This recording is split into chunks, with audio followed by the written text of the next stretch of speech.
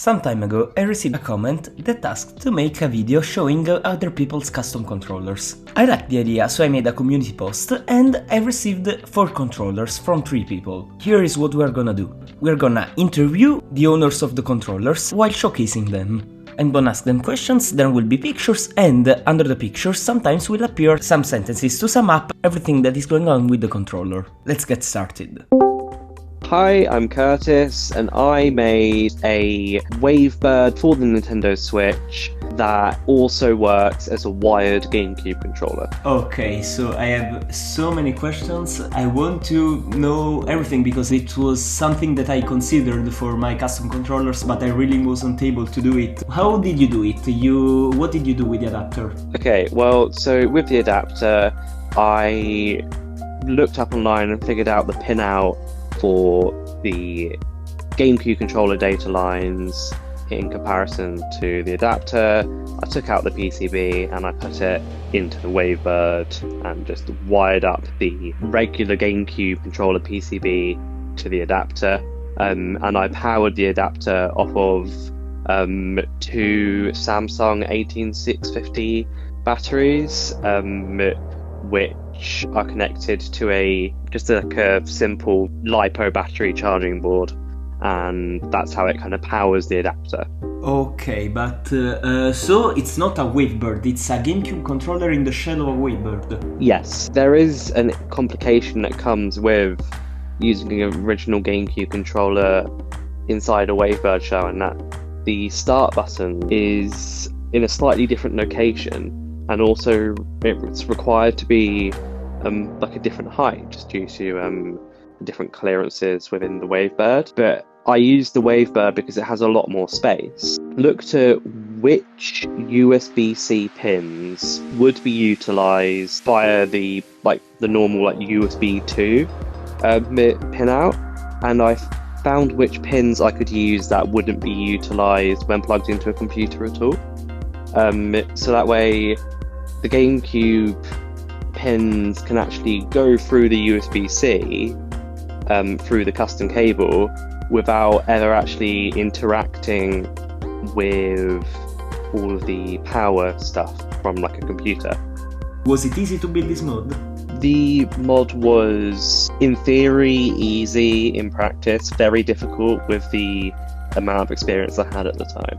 I broke so much stuff. I think I went through like 3 GameCube controller PCBs and way too many 8-bit do adapters. I think it did actually cost quite a bit in the end. They used this pink or red. They seem fuchsia. I don't know. Yeah, so those were by Z Labs. They do metal GameCube sticks. I also just noticed the LED when it's charging. That was basically just relocating the LED that's part of the charging board. So yeah. Curtis, thanks a lot. I really like your mod and I hope to talk to you another time. Yeah, thank you. Me too.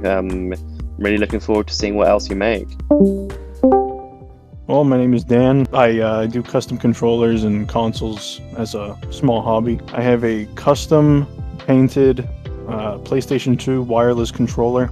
The controller itself was originally blue, and in some of the pictures you may be able to see some of that blue shining through on the lower half of the controller. For these gold colored components, what I did was got a little bit of gold paint, and with a toothpick I put the gold paint where I needed it to be, and then I wiped away the excess with a couple of Q-tips or cotton swabs. That's pretty impressive because I didn't really notice this. This is a pretty tight space where there is the gold paint. No, thank you. It did take a while. This was the second controller I've ever painted, and I kind of taught myself how to do it. I mostly use spray paints. What I do first is that when I took it apart, I sanded it. Then I hit it with the base coat of the gray, and then I sanded it again, hit it with another base coat, and then I put all the other colors on it. And then after that, I just sealed it off with a clear coat, semi-gloss clear coat. For the components of the controller, they are all completely stock. Well, I've actually tried to paint buttons before on a controller, and I always found that the paint would thicken up the buttons to a degree where it would be a hindrance to actually use them, because it would stick to the controller, and they would be a little harder to press. So I think everyone would be asking this, why the Xbox logo? More of a visual gag than anything. I thought it'd be pretty kind of funny just to, you know, say if a friend of mine came over and I handed him this controller, and he would ask me, you know, hey Dan, what's the deal with the Xbox? And you're like, oh, it's a PlayStation controller. So I thought that'd be pretty funny. Yeah, that certainly is. And another thing that you didn't mention, the PS2 looks very clean. Was it difficult to paint it? It was difficult because I had to take apart the actual console and all that, but at the same time, I owned multiple PlayStation 2 Slim consoles at the time. It wasn't a whole lot more difficult to take it apart. I think the hardest part painting the console was actually the inside, because as you can see, the inside is white. This console... Oh, isn't that stock? No, that's not stock. The console was originally black, so what I had to do when I painted the inside was to mask off almost the entire outer shell of the console to then paint it white. So Daniel, thank you a lot, I really like your mods, and I look forward for other works of yours. Thank you, and thank you for having me. Hello, I'm Cross. I'm a competitive Super Smash Bros. Player. I love video games, especially Super Smash Bros. And I have 2 GameCube controllers that I've modded. An off-topic question about who's your main? My main in Super Smash Bros. Would be Sonic. I love the blue blur. You have 2 controllers. The first one is more standard. The thing that catches the eye is these spicy sticks. And where did you get them? When I was looking for sticks, I was looking through Etsy because that's where most of the modifications come from, with like buttons and whatnot. And there's this person called Left Customs. He was selling them. There was resin and rubber. It was my first time buying sticks, and so I went with the rubber. And I really liked them, so I kept them. Are they way better than the original one? It really depends, because I know some people really hate how it feels on their fingers, or thumbs, I should say. It does give you better grip, I will say that. If you wanted for it to last longer, I would go with resin, but if you wanted to be easier on your fingers, again, go with rubber. It really depends on the person. And the snapback capacitor also, which we can't see in the image, but you said it's there, and I think that's a pretty good pair, these grippy sticks and the capacitor. It makes for really precise input. Yeah, as a Sonic player, there's some movement I have to do going back and forward. Where do you get the snapback capacitors? I can't find them. From Etsy? So the snapback capacitor was actually installed by a good friend of mine called Rocket X1. He was the one who helped me assemble. Yeah, shout out to him. He helped me assemble this whole controller, and it's one of the reasons why I'm even into modded controllers. Also, the Parker cable, you also said it was installed by this friend of yours. And then there is the test controller with this crazy stick. This stick was made by North GCC, sorry. Shout out to him. He has like these signature sticks, and he made this like new custom stick where the base is resin, but the rings are made out of rubber.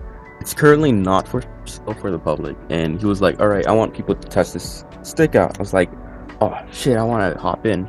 So I volunteered, right? And so far it feels pretty good. I hope it does get out to the public soon. I think it's one of the you have sticks. it in your hands right now?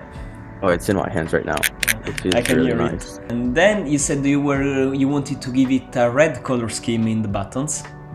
Yeah, I've ordered some new buttons coming up. Hopefully some red schemes. Give it a little bit of splash of color. Yeah, no, thank you again for having me here.